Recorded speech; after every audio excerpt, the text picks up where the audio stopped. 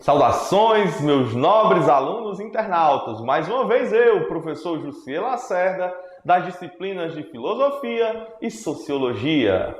Nessa nossa videoaula de hoje, nós trataremos de um tema muito importante, ou dois temas importantes: o poder e a política na história do Brasil, certo?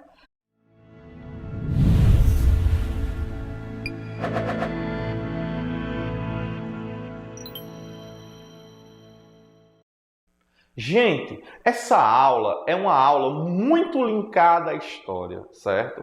Faremos um percurso ao longo do tempo, ao longo da história do Brasil, para entendermos o poder e a política no Brasil. Se eu tenho uma história do Brasil em que ela é dividida no período colonial, no período imperial e no período republicano, nós temos que entender em cada uma dessas fases como o poder se fecundou e se estruturou.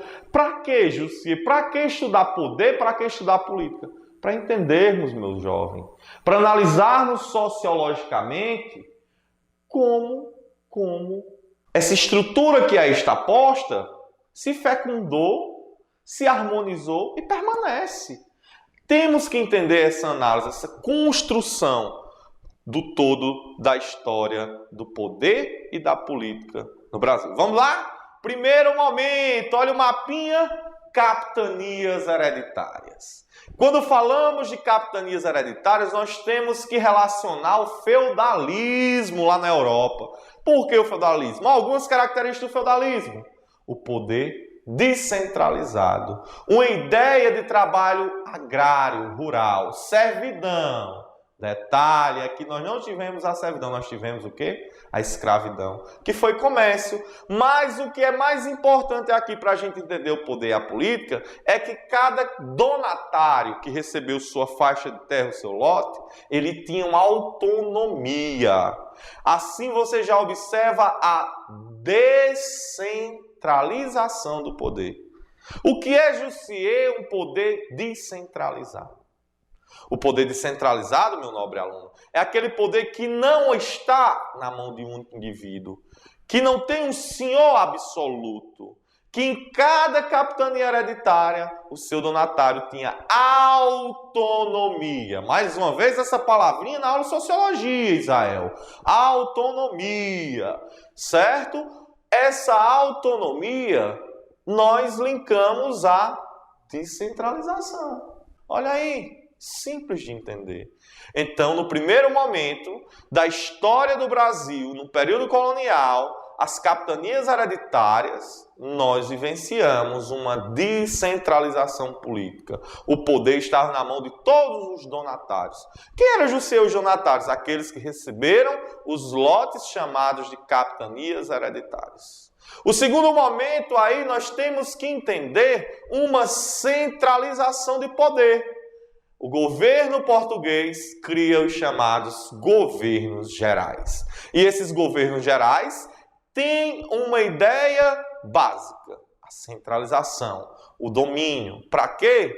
Para trazer o que é do reino português, para não ser desviado, para não ser furtado, para não ser traficado. Certo? Nós vamos ter uma organização administrativa a partir dos governos gerais e temos aí essa centralização de poder. Tudo na mão desses caras chamados governadores gerais. Todavia, com o desgaste e o passar do tempo nesse período colonial, vão aparecer os chamados homens bons ou os vereadores, numa linguagem mais popular. Mais uma vez, nós temos a descentralização do poder. Nós temos aí a fragmentação desse poder em cada setor do Brasil. Ok? Então, é muito importante entender essa ideia do que é central, aquilo que está na mão de um, para aquilo que é complexo, descentralizado, em cada momento da história. Estamos ainda no período colonial. E nesse mesmo período colonial, nós vamos ter o quê? A fecundação da ideia do coronelismo. A partir dos engenhos de açúcar, a partir dos latifúndios do Nordeste, esse mal que carregamos até hoje no Nordeste, o Nordeste agrário, o Nordeste pobre, o Nordeste em que o povo depende dos políticos, o povo depende de uma prefeitura, o povo depende de um governo, um órgão público estadual, ou mendiga até mesmo um órgão federal, certo? Essa cultura no Nordeste é uma cultura fecundada no período colonial, no coronelismo que existiu e que existe disfarçadamente. Já faço essa crítica contemporânea desse coronelismo. Os senhores de açúcar é quem fecundam esse projeto a nível Nordeste, particularmente e especialmente nas Alagoas e no Pernambuco. Beleza? Vamos aí para um próximo passo. Nós temos mais uma vez a centralização. Como assim? O ouro. O ouro traz a necessidade de uma administração central. O ouro traz a necessidade de, mais uma vez, o Estado português organizar funcionários públicos, onde esses funcionários públicos vão ter um domínio central para cobrar os impostos, como, por exemplo, o quinto, como, por exemplo, a derrama, certo? Esses dois exemplos básicos para você entender a necessidade dessa centralização, ok? Ei, Jussier, me diz uma coisa, e essa centralização, ela se fecundou basicamente em quê? A partir de um processo de urbanização, a urbanização que o ouro vai fazer acontecer. A partir de uma organização urbana, que nascerá no seio do Brasil, na região de Minas Gerais, do Rio de Janeiro e São Paulo. A ideia de novas classes que aparecerão. A ideia de uma entidade administrativa linkada ao rei de Portugal, onde ele vai começar a comandar os impostos comerciais, porque esses impostos eles vão ser necessários para o enriquecimento da coroa portuguesa. Beleza? Então nós vamos agora pensar mais uma vez numa ideia de descentralização geradora de conflito. Os conflitos que agora vão aparecer, chamados de conflitos emancipacionistas. E esses conflitos na região das Minas Gerais, como a revolta da Vila Rica, elas têm um quê de reclamação dessa centralização. Busca-se uma descentralização. Aí, gente, nós vamos superar aqui o período colonial e vamos adentrar agora no período imperial. A história do Império Brasileiro, de 1822 a 1889. Os governos dele, Dom Pedro I, e do seu filho, Pedro de Alcântara, ou Dom Pedro II. E no meio nós vamos ter aí o que chamamos de regência. Ok? Vamos entender basicamente. 1824, Constituição outorgada. Quando eu falo desse termo outorgada, eu já estou falando de imposição, eu já estou falando de centralização de poder, eu estou falando de absolutismo imperial. Por quê? Olha só esse organogramazinho que aparece no fundo da tela.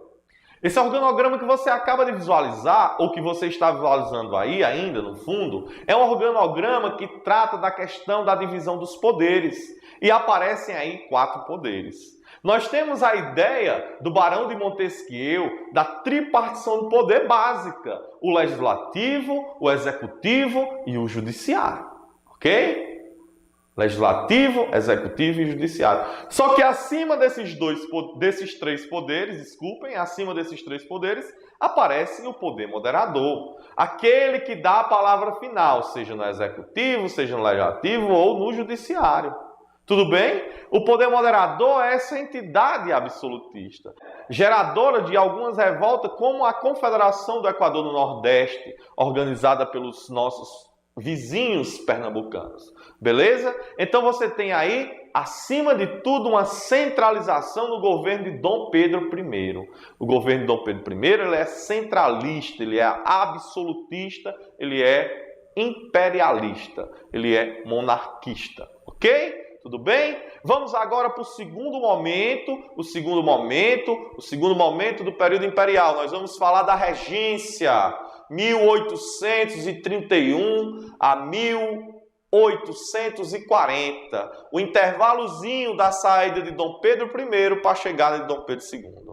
A regência, alguns estudiosos vão definir como o primeiro momento republicano da história brasileira. É na regência que nós vamos ter aí a descentralização a partir do ato adicional. É esse ato adicional que vai descentralizar, que vai dar autonomia às províncias. Mais uma vez o terminho, autonomia, certo? Autonomia descentralizada. Primeira coisa que eu tenho que entender na regência, essa descentralização, é porque nós temos dois momentos. As regências trinas, porque nós temos primeiro a regência trina provisória, depois a trina permanente. Aí nós vamos ter uma centralização na chamada regência de Feijó e na regência de Araújo Lima.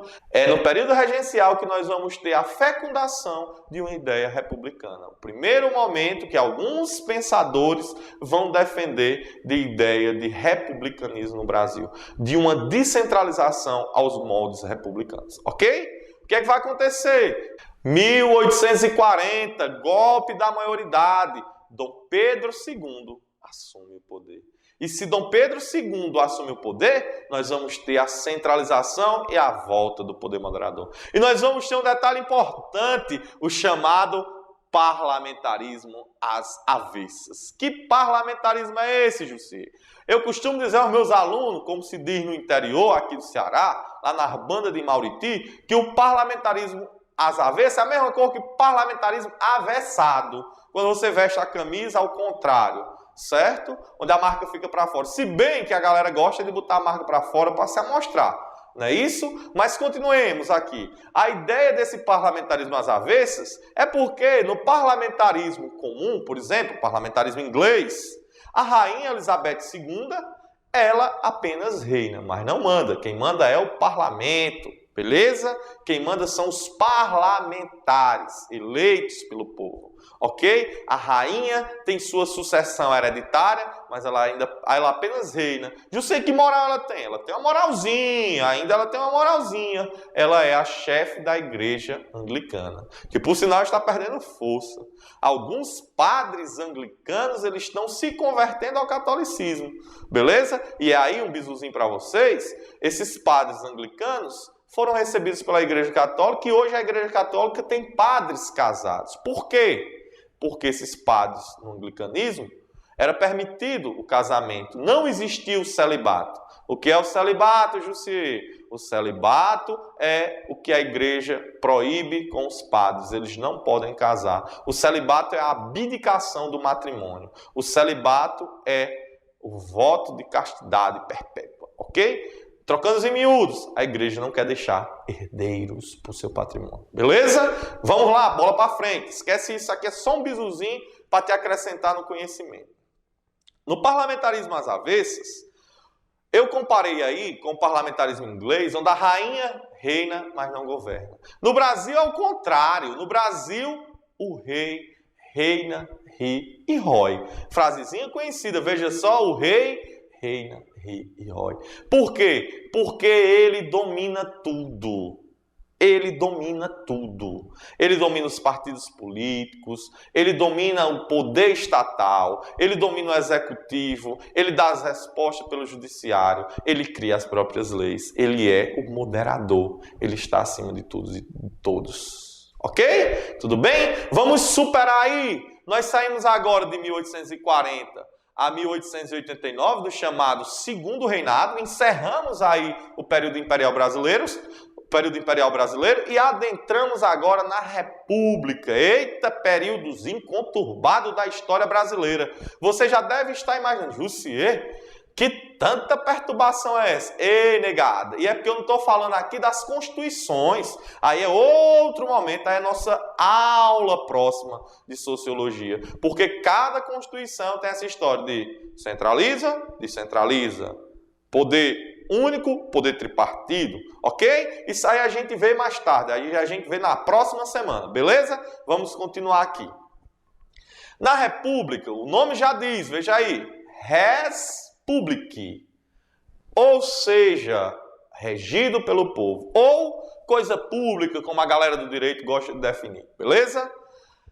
Se é regido pelo povo, eu tenho que entender que a república ela tem características conceituais padrões. Ela tem que ser de ordem liberalista, com uma tripartição de poder e democrática. Por que liberalista? Porque tem o seio do capitalismo burguês aí nessa ideia republicana. É uma ideia iluminista, meu nobre. É uma ideia iluminista. Entenda.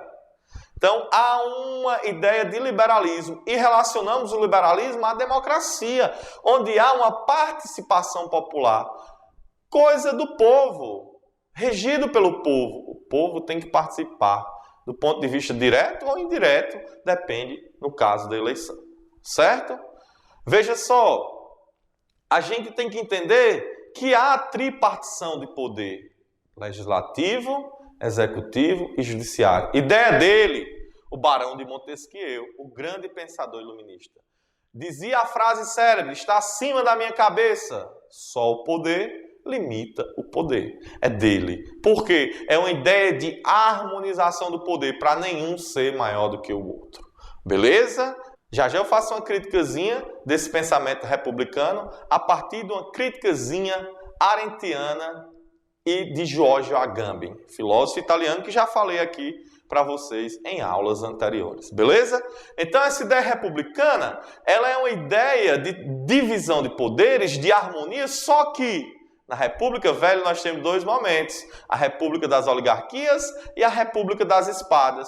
O que é que os militares de um lado e os coronéis de um outro vão debater? Simples de entender. A ideia de centralizar ou a ideia de descentralizar. Os militares pregavam a centralização. Os militares pregavam o poder forte, o poder a partir de uma ideia positivista central. Os coronéis não, cada um queria a sua peinha, cada um queria o seu pedacinho.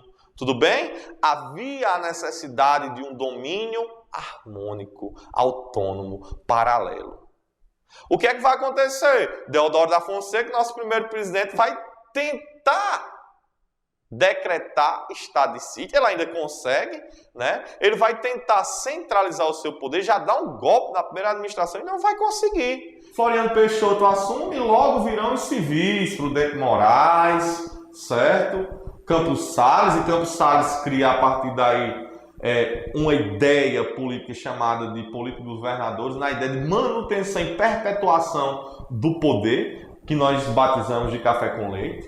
E nesse período nós vamos ter essa descentralização harmônica política a partir dessa ideia da política dos governadores, certo? Então na República das Espadas nós temos a centralização. E na República das Oligarquias nós temos a descentralização. Meus nobres alunos internautas, nós vamos agora para outro momento da República, a Era Vargas.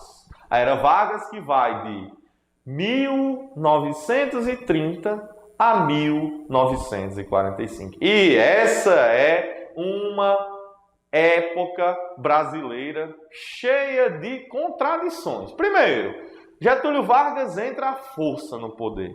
E ele já entra rasgando a Constituição. Ele rasga a Constituição até que se venha uma guerra civil, até que se aconteça uma guerra civil entre São Paulo e o Brasil, certo? Até que se venha a revolta constitucionalista, né? Uma revolta que ocorre no estado de São Paulo, no ano de 1932, onde aí a gente pode definir como uma guerra civil. Aí os paulistas desejando duas coisas importantes. Eles queriam o quê? Uma nova Constituição, e essa Constituição democrática, obviamente, e o interventor paulista. Ok? ok? Mas na realidade esses paulistas queriam era retornar ao poder, tirando o Gaúcho Vargas. Até que em 1934 ele cria uma nova Constituição belíssima, organizada, Constituição Trabalhista, onde ele vai aí linkar algumas leis trabalhistas, onde ele vai organizar a democracia brasileira. Então nós temos aí uma descentralização harmônica, porque voltam os três poderes, legislativo, executivo e judiciário. Beleza? Só que em 1937, veja só, 1937, 3 anos depois, ele rasga mais uma Constituição e torna-se ditador. Ele centraliza os três poderes em um só, o executivo, o legislativo e o judiciário, agora em um só.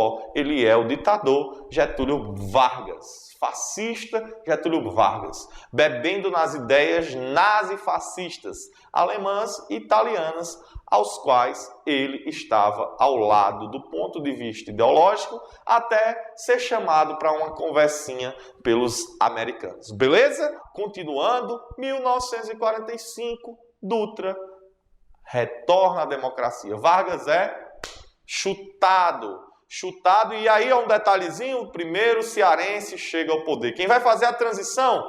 O chefe da justiça, Zé Linhares, ok? O cearense Zé Linhares, da região norte do Ceará, da região Sobral, ele vai assumir o poder e vai entregar o poder ao militar Dutra, ok? Então nós temos aí o retorno de uma democracia, nós temos aí períodos áureos da democracia, onde surge o populismo, nós temos aí a organização dos três poderes, mais uma vez. Só que em 1964, um segundinho de silêncio.